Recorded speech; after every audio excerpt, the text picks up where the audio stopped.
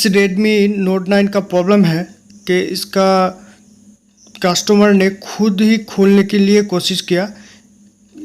कोशिश करने के बाद उसने इसका चार्जिंग पत्ता और डिस्प्ले का पत्ता टान मार दिया, इसलिए डिस्प्ले कनेक्टर टूट गया और चार्जिंग का पत्ता भी टूट गया। ये देखिए कनेक्टर टूट गया। डिस्प्ले का कनेक्टर जो है Redmi 8 के साथ मैच कर जाएगा और चार्जिंग का पत्ता जो है वो Realme C2 के साथ मैच कर जाएगा। मैं इसको Redmi 8 के डिस्प्ले कनेक्टर से उठा के इसको बैठाऊंगा और चार्जिंग का पत्ता जो है C2 के डिस्प्ले फोल्डर से उठा के इसको बिठाऊंगा। देखिए किस तरह से मैं बिठाता हूँ कनेक्टर को।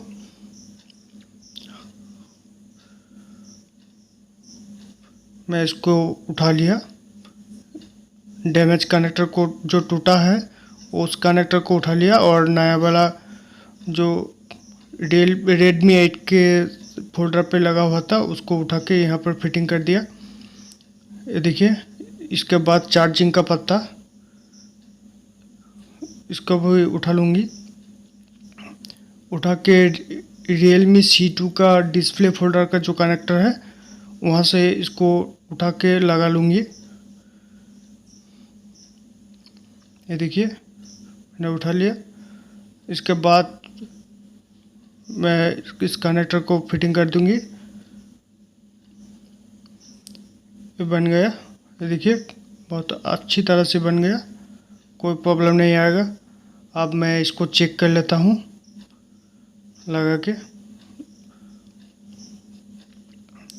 चार्जिंग का पत्ता भी ओके है। कनेक्टर चेंज कर दिया। इसको चार्जिंग पर चेक करूँगी और ऑन करके भी चेक करके दिखा दूँगी कि काम कर रही कि नहीं। मेरे वीडियो को लाइक और सब्सक्राइब कर देना भाई।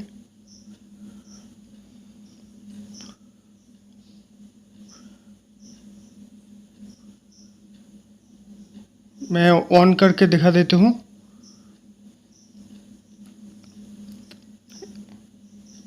ये देखिए ऑन हो गया।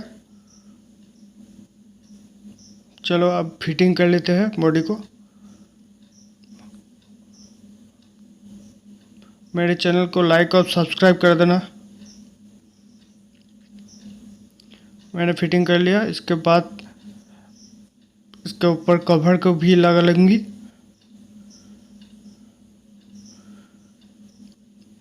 इसका कनेक्टर जो है Redmi 8 का डिस्प्ले कनेक्टर Redmi 9 के साथ Note 9 के साथ मैच कर जाएगा और चार्जिंग का पत्ता का कनेक्टर Realme C2 के साथ मैच कर जाएगा।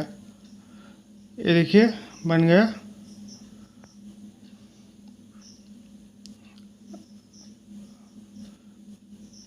Thank you for watching.